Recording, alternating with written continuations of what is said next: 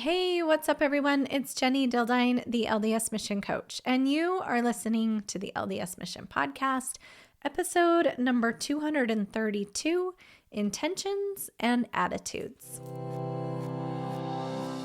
I'm Jenny, the LDS Mission Coach, and whether you're preparing to serve a mission, currently serving, a returned missionary, or a missionary mama like me, I created this podcast just for you. Are you searching for epic confidence, ready to love yourself and to learn the how of doing hard things? Then let's go. You totally already have what it takes to step powerfully into your potential and never question your purpose again.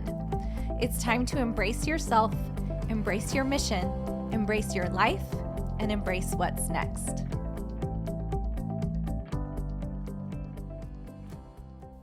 Hey, everybody. Welcome. I'm so glad you're here, spending a little time with me, hanging out, talking about all things mindset and emotional well-being for missionaries and return missionaries and families and mission leaders.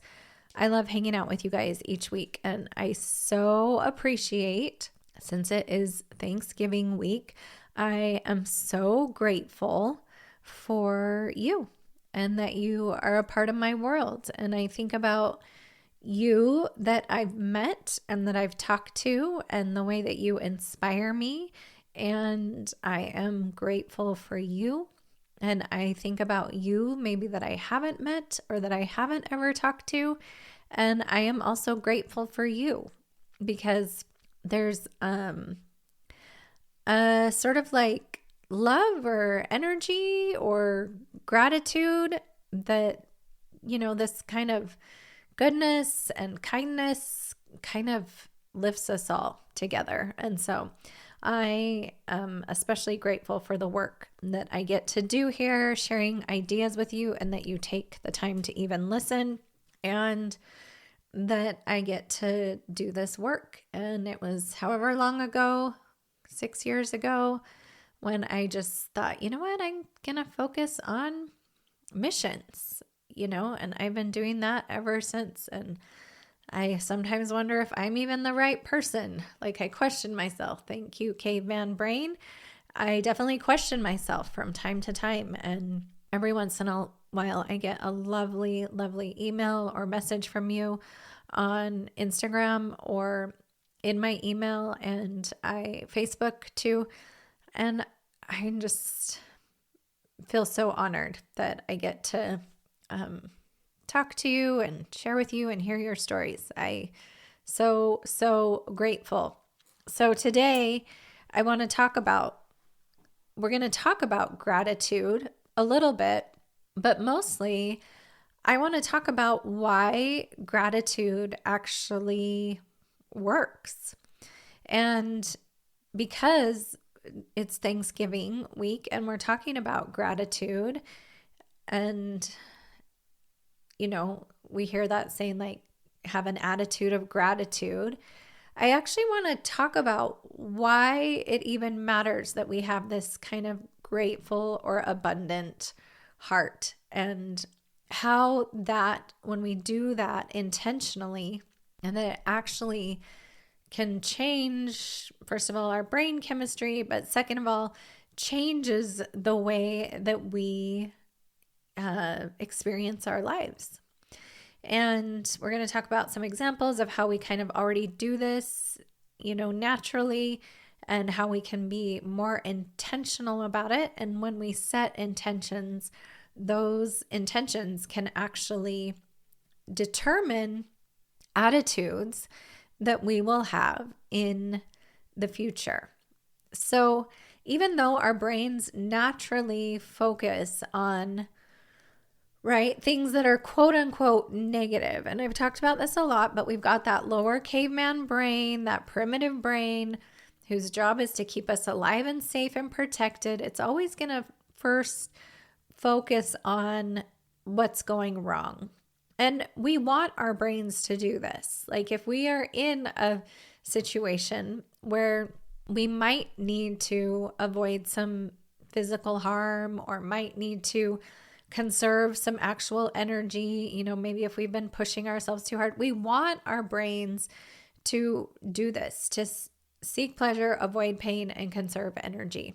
Okay. And this is what our brain just naturally does on default. I talk a lot on this podcast about, having compassion and understanding and gratitude just for the fact that we have this lower brain, that it functions the way that it does. Otherwise, we wouldn't really make it through the day. And so this is a very, not only like part of our brain that we have to figure out how to manage and work with, but it's also an integral part of our Heavenly Father's plan, right? Because this is where we introduce a little bit of contrast. Like, we weren't meant to feel just happy all the time. We were meant to feel other emotions too, because without a little bit of sadness, happiness doesn't even exist. So what we focus on, though, grows. If you've heard, I know there's been some talks in the past, general conference talks, and I probably should have looked it up, but about, some, what's the word I'm looking for? Like myths or stories about like feeding a wolf, and whatever, wolf you feed is going to get stronger. And this is actually called confirmation bias. It's what we feed our brain, and what we think about and what we focus on will continue to grow. So when we can focus on purpose, gratitude and faith and divine kind of timing and our divine purpose, that is what we get more of. So listen, of course, our brain first is going to look for problems. It's survival focused, okay? It always will point out what's tough or what's missing first or what's disappointing, right? And that's not wrong or bad. It is just the automatic or sometimes knee-jerk reaction to what our brains just do on default. But if you want to create something different, and when you're done, feeling that way, what we can do is we can tap into this higher brain, which has this function where we can tell our brain what to focus on. And even we can do this ahead of time. And so this is where I think about an intention. So if we are thinking about even, what do I want Thanksgiving to look and feel like? What do I want to be thinking about? What do I want to be focusing on for Thanksgiving? And this will come out the day after Thanksgiving, but maybe before that, I knew I was going to be with a lot of people, with my family, my children, that I was going to be with my siblings and my parents. I can decide, actually, this is really cool about this higher part of our brains, is we can decide ahead of time what we intentionally want to focus on before it even happens.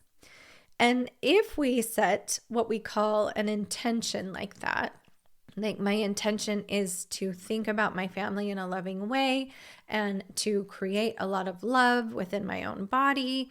And if that is our intention, that is what our brains will go to work to prove true. So our intention, when we set it beforehand, can become the attitude that we experience in the moment. Okay? So you can do this before something actually happens. A lot of times we think of someone who has a bad attitude, right? And maybe we're at a mutual activity, or maybe we're, just asking our kids to do their chores, or maybe you're in a district meeting or something and you notice that someone has a quote unquote bad attitude, right? This is just their lower reactive brain. It's totally fine. It's totally fine for them to do that. But we can, and this is what we do in a lot of different ways with our goal setting, right? Is we show our brains what to pay attention to, what we want to focus on, because that is what our brain will go to work proving. So this life is designed to throw us constant change, right? And especially on the mission, we see this a lot. You get new companions, you get new areas. After the mission, you've got your first semester back at school that's new. You have new responsibilities. Maybe you're newly married. Maybe you've just had a new baby, right? And we can react, right, from the lower brain with resistance, overwhelm, and complaint. Or we can set an intention ahead of time that shapes our attitude. So these intentions act kind of like, picture like you're on a boat and you can just be sort of like tossed in the waves, or this intention sets a compass for your brain for what to look for, what to amplify, and also like what are you planning on just letting go of and not letting affect you. Now, again, this lower brain is very strong, very protective, and sometimes we are just going to be reactive. Nothing wrong with that, right? And I've talked about how if you notice yourself being reactive and you're in the middle of a reaction tornado, you can pull yourself out of that and observe it with kindness and compassion. But a lot of this work is actually what we kind of do in Mission Prep Plus in my program for preparing missionaries.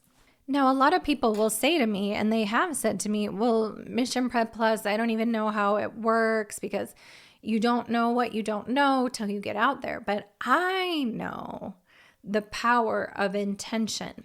And when you learn that stuff, and we kind of in our minds are be like, okay, so what happens when your companion doesn't want to get out of bed? What happens when a friend you're teaching ghosts you?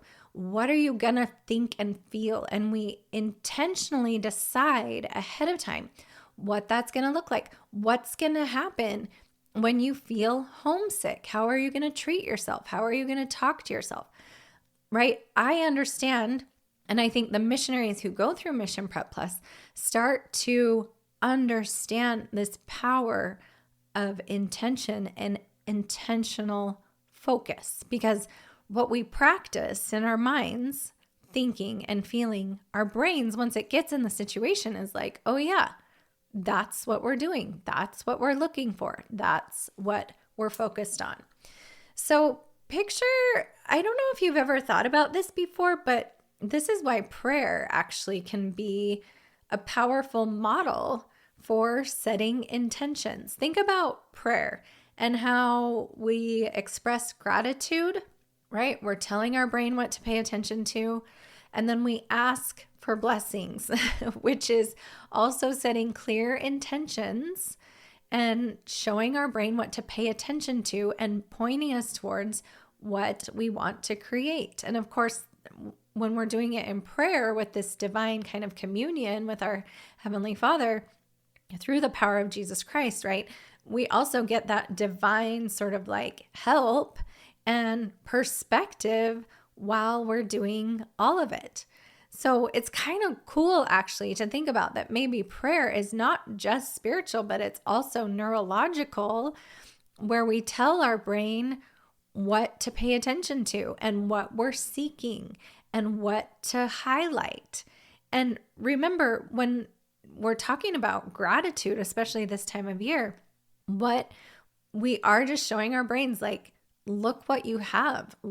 Look where you're at. It's like the song where we talk about, the hymn where we talk about count your many blessings. Why do we even do that? Why is that even important?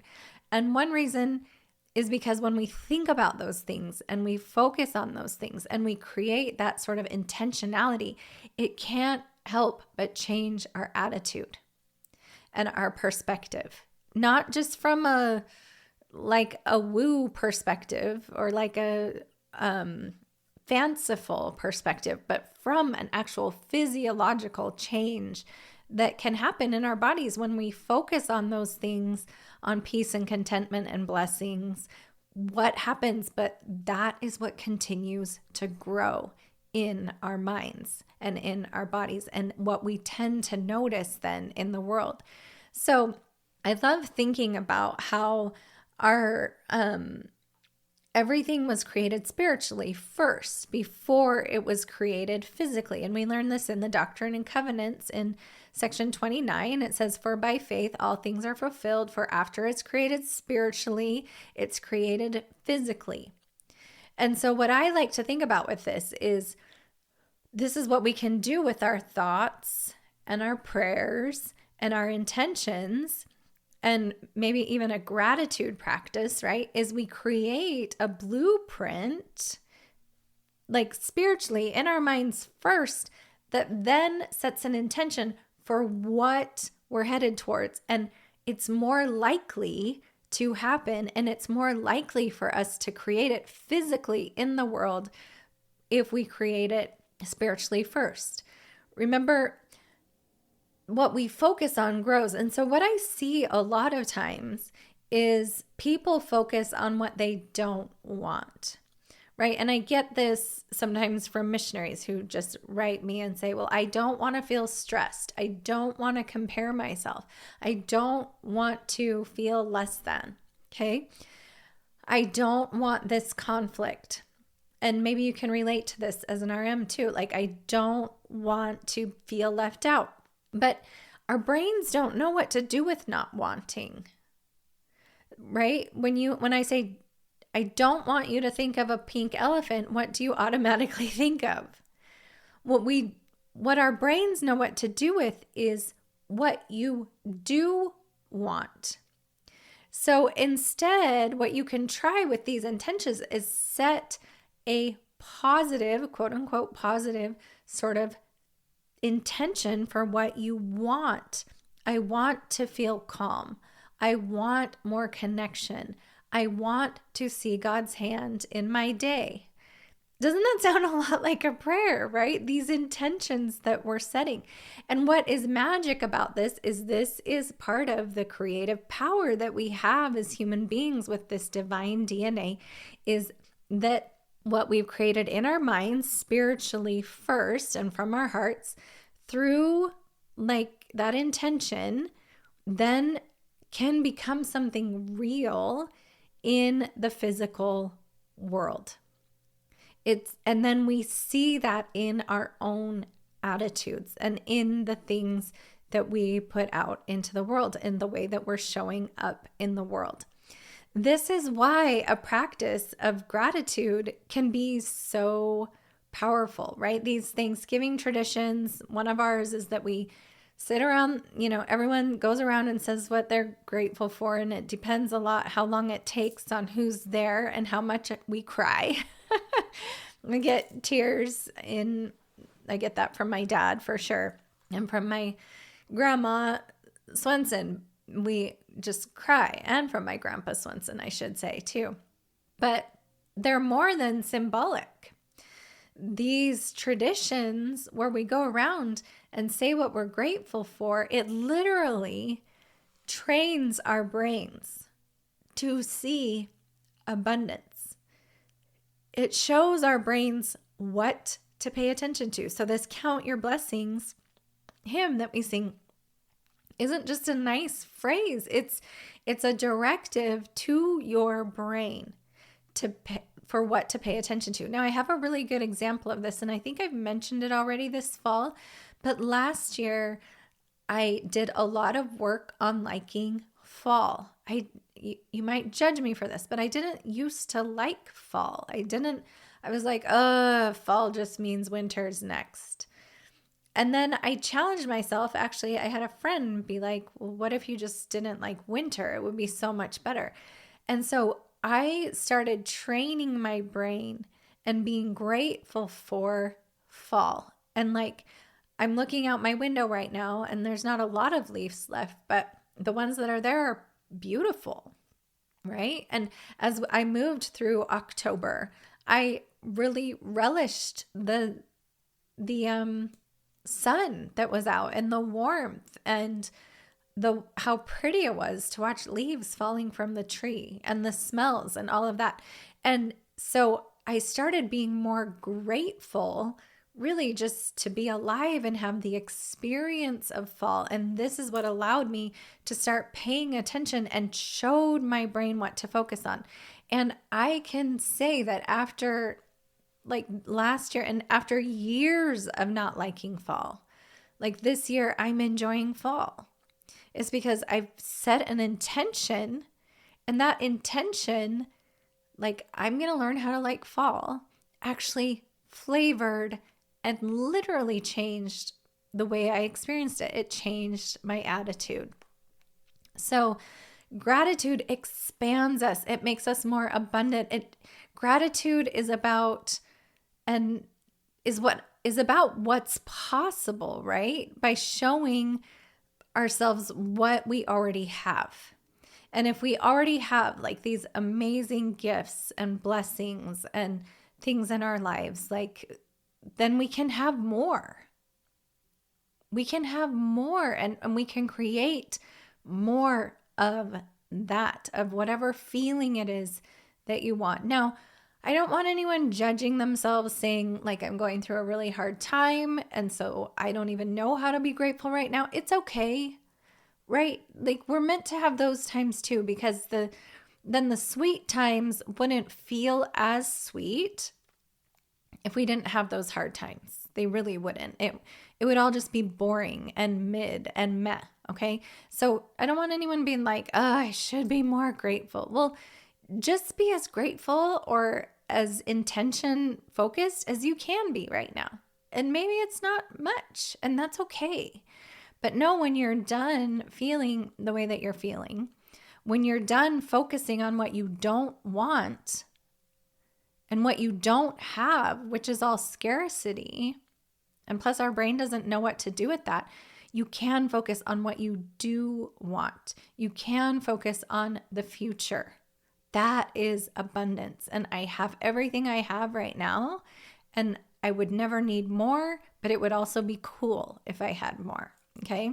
So as we move into the holidays, Christmas, and especially New Year's, maybe you could set some intentions. I know that it's a pretty like normal tradition that we have in the new year, but like, what do you want your Christmas to look like? If you are, maybe it's your first Christmas away from home. Maybe it's your first Christmas with your parents living in separate houses. Maybe it's your first Christmas without your grandmother. Maybe you're a mom and it's your first Christmas without your missionary. Like that's hard stuff, right? But you can like balance out some of that hard stuff with an intention now.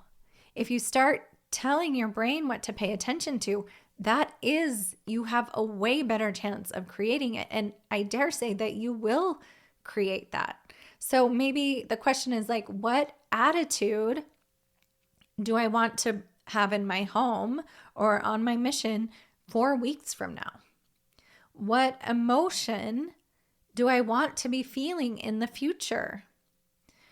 What would it look like, to actually create something spiritually in my mind first? Maybe it's a goal, or maybe it's a thing you want to accomplish, or maybe it's an experience that you want to have. What can I start creating that spiritually or in my mind first and start working towards it so that it actually shows up in physical form in my life after the new year? So your intention creates your experience, creates your attitude.